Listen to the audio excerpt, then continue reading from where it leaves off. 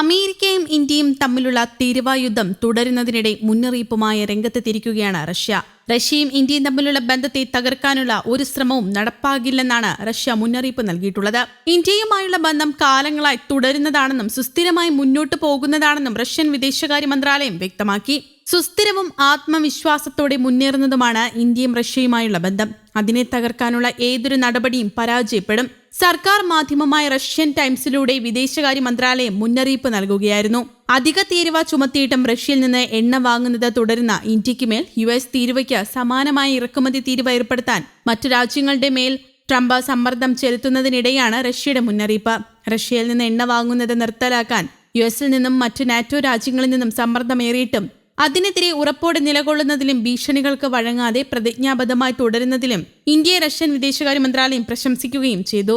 ബാഹ്യ ഭീഷണികളുടെയും വിമർശനങ്ങളുടെയും മുന്നിൽ പോലും റഷ്യയുമായുള്ള പങ്കാളിത്തത്തോടുള്ള ഇന്ത്യയുടെ പ്രതിബദ്ധത മന്ത്രാലയം എടുത്തു പറഞ്ഞു. ഇതിൽ നിന്ന് വ്യത്യസ്തമായെന്ന് സങ്കല്പിക്കാൻ പോലും പ്രയാസമാണെന്ന് മന്ത്രാലയം കൂട്ടിച്ചേർത്തു.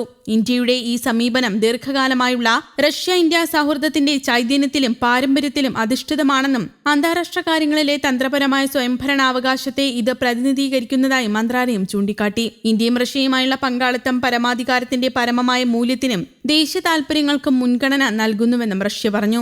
ഇന്ത്യയുടെ കാഴ്ചപ്പാട് വിശ്വസനീയവും ദീർഘവീക്ഷണമുള്ളതും നയതന്ത്രപരവുമായ ബന്ധങ്ങളെ പിന്തുണയ്ക്കുന്നതാണെന്നും റഷ്യ കൂട്ടിച്ചേർത്തു.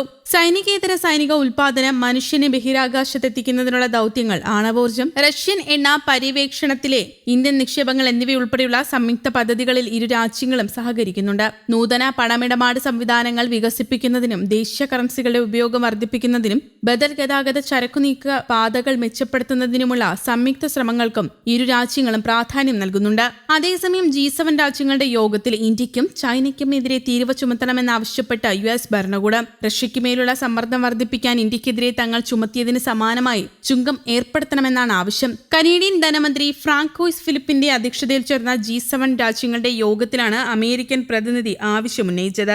ഇന്ത്യക്കും ചൈനയ്ക്കുമെതിരെ 100% തീരുവ ചുമത്തണമെന്ന് US പ്രസിഡന്റ് ഡൊണാൾഡ് ട്രംപ് നേരത്തെ യൂറോപ്യൻ യൂണിയനോടും ആവശ്യപ്പെട്ടതിന് പിന്നാലെയാണ് G7 യോഗത്തിലും ഉന്നയിച്ചത്. തീരുവ ചുമത്തുന്നതിന് മറ്റ് അംഗങ്ങളും അമേരിക്കയ്ക്കൊപ്പം അണിചേരണമെന്ന് US treasury secretary Scott Bessent യോഗത്തിൽ പറഞ്ഞു. ഇന്ത്യ, ചൈന എന്നിവർക്കെതിരെയുള്ള താരിഫ് ക്രെംലിന്റെ വരുമാന സ്രോതസ് വെട്ടിക്കുറയ്ക്കുന്നതിന് അനിവാര്യമാണെന്ന് ഗ്രീറും ബെസന്റും വാദിച്ചു.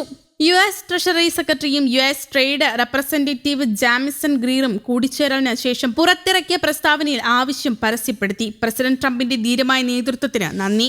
റഷ്യൻ എണ്ണ വാങ്ങുന്നവർക്കെതിരെ അമേരിക്ക ഇതിനകം തന്നെ നാടകീയമായ നടപടി സ്വീകരിച്ചിട്ടുണ്ട്. ഈ യുദ്ധം അവസാനിപ്പിക്കാൻ പ്രതിജ്ഞാബദ്ധരാണെന്ന് ഞങ്ങളുടെ സഹ G7 രാജ്യങ്ങൾ നൽകുന്ന ഉറപ്പുകൾ ഞങ്ങളെ പ്രോത്സാഹിപ്പിക്കുന്നു. കൂടാതെ ഈ നിർണായക സമയത്ത് നിർണായക നടപടി സ്വീകരിക്കുന്നതിൽ അവർ ഞങ്ങളോടൊപ്പമെന്ന് ചേരുമെന്നും ഞങ്ങൾ പ്രതീക്ഷിക്കുന്നു എന്നും പറഞ്ഞു. ഉപരോധങ്ങൾ കൊണ്ടുള്ള സമ്മർദ്ദം വർദ്ധിപ്പിക്കാനുള്ള തീരുമാനത്തെയും റഷ്യയുടെ മരവിപ്പിച്ച ആസ്തികൾ ഉക്രൈന്റെ പ്രതിരോധ പ്രവർത്തനങ്ങൾക്കായി ഉപയോഗിക്കാനുള്ള ആഹ്വാനത്തെയും US സ്വാഗതം ചെയ്തിരുന്നു.